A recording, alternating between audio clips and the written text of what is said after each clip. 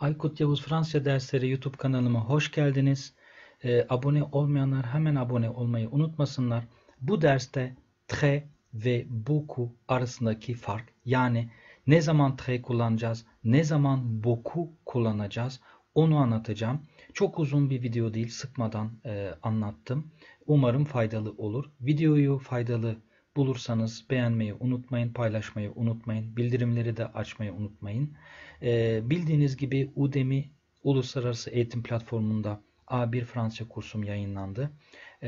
Udemy.com'a girip oradan ulaşabilirsiniz. A1 Fransızca Aykut Yavuz yazdığınızda ulaşabilirsiniz. Veya bu videonun açıklamasında ya da yorumlarda paylaştığım link sayesinde de ulaşabilirsiniz. Şimdi derse başlıyoruz. Lütfen sonuna kadar dinlemenizi tavsiye ediyorum. Evet, şimdi très ve beaucoup arasındaki farkları anlatacağım dediğim gibi. Bu très ve beaucoup çok kullanılan kelimeler. Şimdi öncelikle très ile başlıyorum. Sıfatlar ve zarflarla kullanılır ve çok anlamına geliyor. Bir şeyin derecesini güçlendirmek için kullanılıyor. Très bir fiil ile kullanılamaz. Bakın, très bir fiil ile kullanılamaz. Bunun yerine beaucoup tercih edilir. İşte farklardan bir tanesi.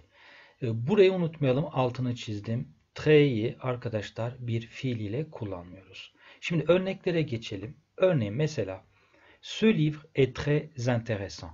Yani bu cümlenin anlamı şu: bu kitap çok ilginç. Ce livre est très intéressant. Elle est très intelligente. Dikkat ettiyseniz bakın, bunlar sıfat. Elle est très intelligente. O çok zeki. Il fait très chaud aujourd'hui. Il fait très chaud aujourd'hui. Bugün hava, yani bugün hava çok sıcak. Buradaki il fait üçüncü tekil şahıs değil. Buna biz il impersonnel diyoruz, biliyorsunuz. İşte il fait froid, il fait chaud anlam, il fait froid işte hava soğuk. Il fait chaud hava sıcak. Yani buradaki il aslında havanın yerine geçiyor. Havayı temsil ediyor. Devam ediyoruz. Bu arada YouTube kanalıma abone olmayı unutmayın. Eğer abone değilseniz hemen abone ol butonuna tıklayıp abone olabilirsiniz. Bildirimleri de açmayı unutmayın. Şimdi örneklerle devam ediyoruz. Le gâteau est très délicieux. Kek, yani pasta çok lezzetli. Burada fark ettiyseniz très var. Nous sommes très heureux de te voir. Seni görmekten çok mutluyuz. Très heureux. Burada mutlu. İşte gördüğünüz gibi fiil değil bunlar. Yani ne dedik? Hatırlatıyorum, fiil ile kullanılmıyor. Cet endroit est très calme la nuit. Gece burası, yani bu mekan, bu ortam, bu yer çok sakin. Le concert était très long. Le concert était très long. Konser çok uzundu. Buradaki être fiilinin imparfait zamanda çekildiğini de unutmayalım, hatırlayalım. Très long, uzun. Elle est très rapide. O çok hızlı. Fark ettiyseniz bakın, burada sıfat var. Elle est très rapide. Çok hızlı. Yani adjektif. Ils sont très aimables. Yine adjektif, dikkat ederseniz. Ils sont très aimables. Onlar çok nazik, çok iyiler. Avec tout le monde. Yani avec tout le monde. Herkesle çok nazikler. Il fait très froid en hiver ici. Yine il fait ile bir cümle kurduk. Burada très froid çok soğuk demek. Mesela il fait très chaud desem çok sıcak. Il fait très froid en hiver ici. Yani burası kışın çok soğuk. Devam ediyoruz. Şimdi beaucout'a geçiyorum. Beaucoup hangi durumlarda kullanıyor ona bakalım. Şimdi beaucoup fiillerle birlikte kullanıldığında, yazdım burada bir özet, hani hemen böyle bir kısa tanımlar veriyorum size. Öncelikle beaucout'un kullanım alanı, işte trenin kullanım, ondan sonra da örneklere geçiyorum ki konu daha net anlaşılsın ve pekişsin diye. Hani yöntemim bu, biliyorsunuz. Bütün videolarımda önce konumu, yani hangi konumda kullanılır, hangi alanda kullanılır, kullanım alanını anlatıyorum, anlatacağım konunun. Sonra da örneklerle ya da cümlelerle birlikte açıklamalara geçiyorum. Şimdi fiillerle birlikte kullanıldığında çok anlamına gelir.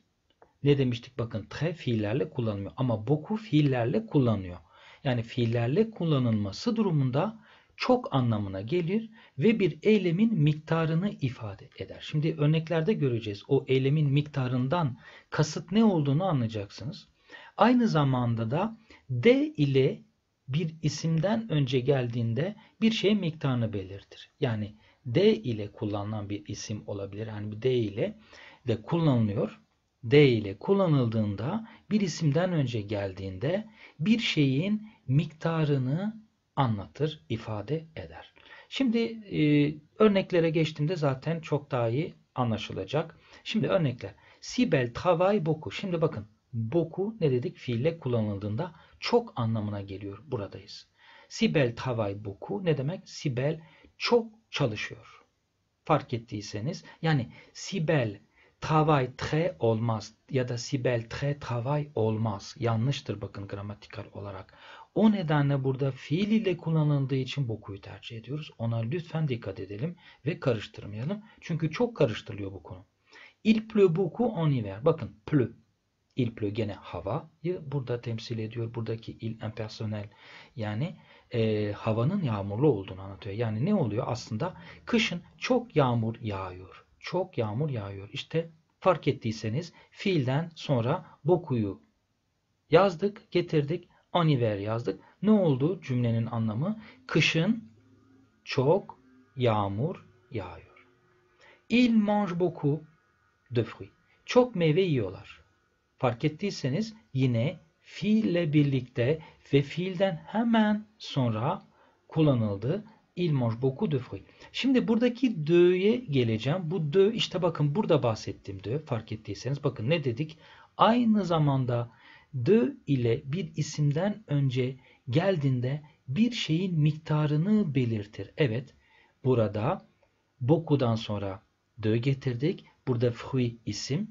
İşte bakın isimden önce de ile kullanılmış burada. İşte aynı bu üçüncü örnek aynı buradaki tanımın bu kısmına aslında bu kısmıyla alakalı. Beaucoup de fruits yani çok meyve yediklerini anlatıyoruz burada. İşte burada miktarı belirtiyor. Bakın bir şeyin miktarını belirtir. İşte burada da meyvenin miktarını yani çok meyve yediklerini miktar olarak, sayı olarak bunu ifade ediyor. Buradaki beaucoup de ile kullanıldığı zaman. Devam ediyoruz. Evet, videomuzun sonuna geldik. Örneklerle devam edip bitireceğiz. J'ai beaucoup d'amis. Çok arkadaşım var. Yine bakın beaucoup d'amis ama burada ami sesli harfle başladığı için burada aslında beaucoup de amis ama ne diyorduk? Elysion videomda anlattığım gibi sesli düşmesi var burada. Beaucoup de oradaki ö gidiyor yani e gidiyor. Beaucoup d'amis çok arkadaşım var. Yine burada miktarı ifade ediyor buradaki beaucoup de. Yani arkadaş sayımın fazlalığını ifade ediyor. Nous avons beaucoup de travail aujourd'hui. Bugün çok işimiz var. Bakın nous avons sahip olmak. Beaucoup de travail. Yine isimden önce bir de getirdik. Ama burada ne anlama geliyor? Fark ettiyseniz çok. Yine iş miktarımızın çok olduğunu anlatmış oluyoruz buradaki beaucoup de ile. Marc voyage beaucoup pour son travail. Marc isimdir, özel isimdir. İşi için çok seyahat ediyor. Yine fiille birlikte kullandık. Luc özel isim. A beaucoup d'expérience. Yine buradaki mantık beaucoup de işte fiilden özür dilerim. İsimden önce de getiriyoruz. Yine sesli düşmesi var. Luc a beaucoup d'expérience dans ce domaine. Yani Luc'ün bu alanda çok tecrübesi var olduğunu anlatan bir cümle. Luc bu alanda çok tecrübeye sahip. Ils rient beaucoup quand ils sont ensemble. Onlar birlikteyken bakın onlar birlikte olduğundan birlikteyken beraberken çok gülüyorlar. Yine burada fiille kullanıyor. J'ai beaucoup de choses. Yine isimden önce de getirdik. À faire aujourd'hui. Bugün çok yapacak yani bugün yapacak. À faire burada yapacak. Çok işim var diyorum. Alain parle beaucoup de sa famille.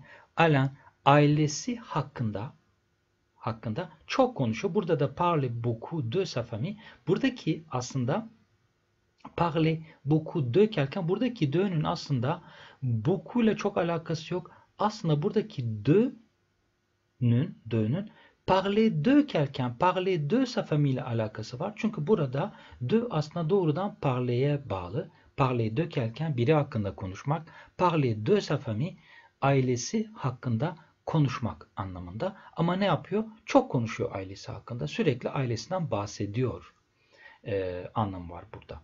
Evet. Burada yani beaucoup de sa famille yani ailesinin miktarı konusu söz konusu değil. Yani ailesinin çok olduğu ya da çok aileden aile sayısıyla alakası yok buradaki beaucoup de. Özellikle bunu yazdım. Bu cümle bir tuzak aslında. Buradaki beaucoup de choses''la o anlamda değil. Yani bir ismin buradaki ismin fazlalığı ile sayısı miktarının yüksek olması ile ilgisi yok. Burada sadece buradaki de sadece parler de anlamında parler fiiliyle kullanılan bir de'dür.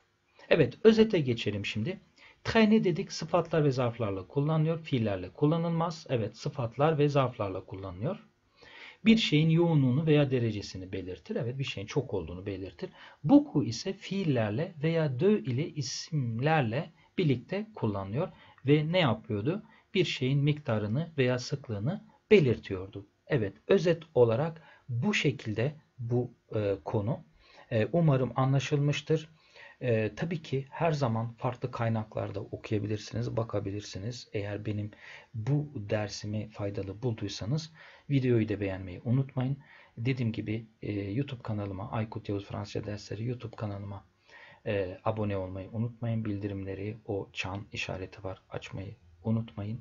Instagram hesabımı takip etmeyi, web sayfam da var www.yavuzaykut.com. Orada da sizler için blog kısmında makaleler, tavsiyeler, öneriler var. Bu Fransızca yolculuğuna çıkanlar için. Bildiğiniz gibi Udemy online eğitim platformunda da A1 Fransızca kursum yayınlandı. Oradaki 32 video dersinde sırayla izleyebilirsiniz. Pratik testler, indirilebilecek kaynaklar, indirilebilir kaynak olarak da PDF kitabımı ekledim oraya. Hani onu o paketin, o eğitimin içinde bir hediye olarak sizlere sundum. Sınav var ve o eğitimin sonunda da bir Udemy sertifikası veriliyor. Yani eğitim tamamlanınca. Evet, teşekkür ederim. Bir sonraki derste, videoda görüşmek üzere arkadaşlar.